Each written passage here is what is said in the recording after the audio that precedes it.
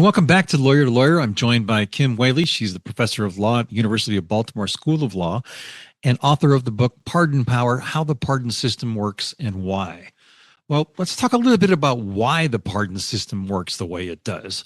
I mean, why isn't there any kind of checks and balances here? I mean, we had framers certainly who understood checks and balances. Why did they give such unlimited power to the president? Because I think the notion was that the criminal justice system sometimes can be really harsh.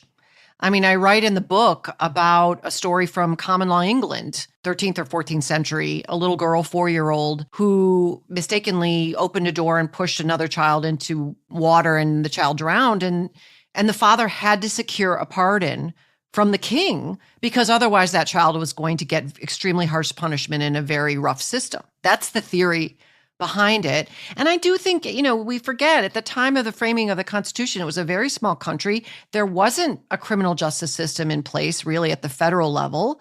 There was no Fourth, Fifth, Sixth Amendments. That came later, the protections for criminal defendants.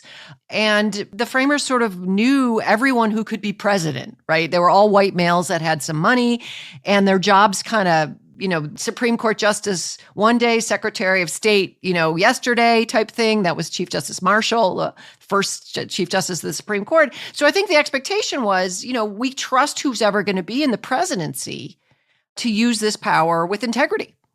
And there is a Department of Justice division, the Office of the Pardon Attorney, that receives applications for federal pardons and makes recommendations to the president. They get a couple thousand, 2,000 to 3,000 a year on average, something like that.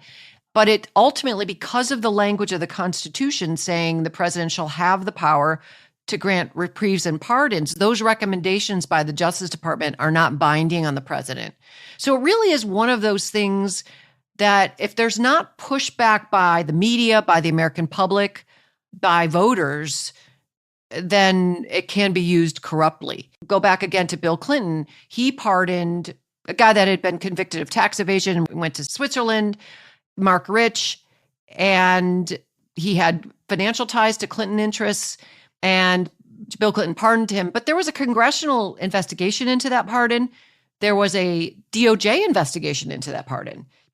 Neither of them produced any accountability for it, but we've really come a long way since the Clinton era, when we're now in this moment where there's a widespread assumption that there's no limit. So I guess my answer to your question is we've expanded the pardon power over the years, not narrowed it beyond, I think, the framers' original intent. Well, and in the framers' time, there wasn't even a popular vote. So it's completely different these days. Yeah, so much of it is different. There wasn't, a two-party system.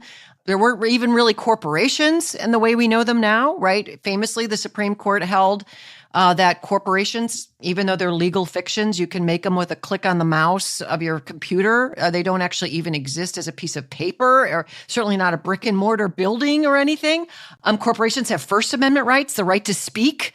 And that has led to, many experts believe, a flood of money in politics where special interest corporations, dark money that can't even be traced to a source is what's really motivating how our politicians operate, not the will of the people. So much has changed. And the framers made it very difficult to actually amend the Constitution. It's difficult to get it to be flexible. Well, of course, I've done a pretty good job of it. That's true. That is true. That's where, in a way, maybe they made it too difficult because, to get criminal immunity for presidents, for example, you'd have to have supermajorities in both houses of Congress and in state legislatures for voters to do it. But you have 5 justices, in that case, 6 justices with life tenure, and they, with a stroke of a pen, can literally take out their black Sharpie and change the terms of the Constitution and the structure of government itself.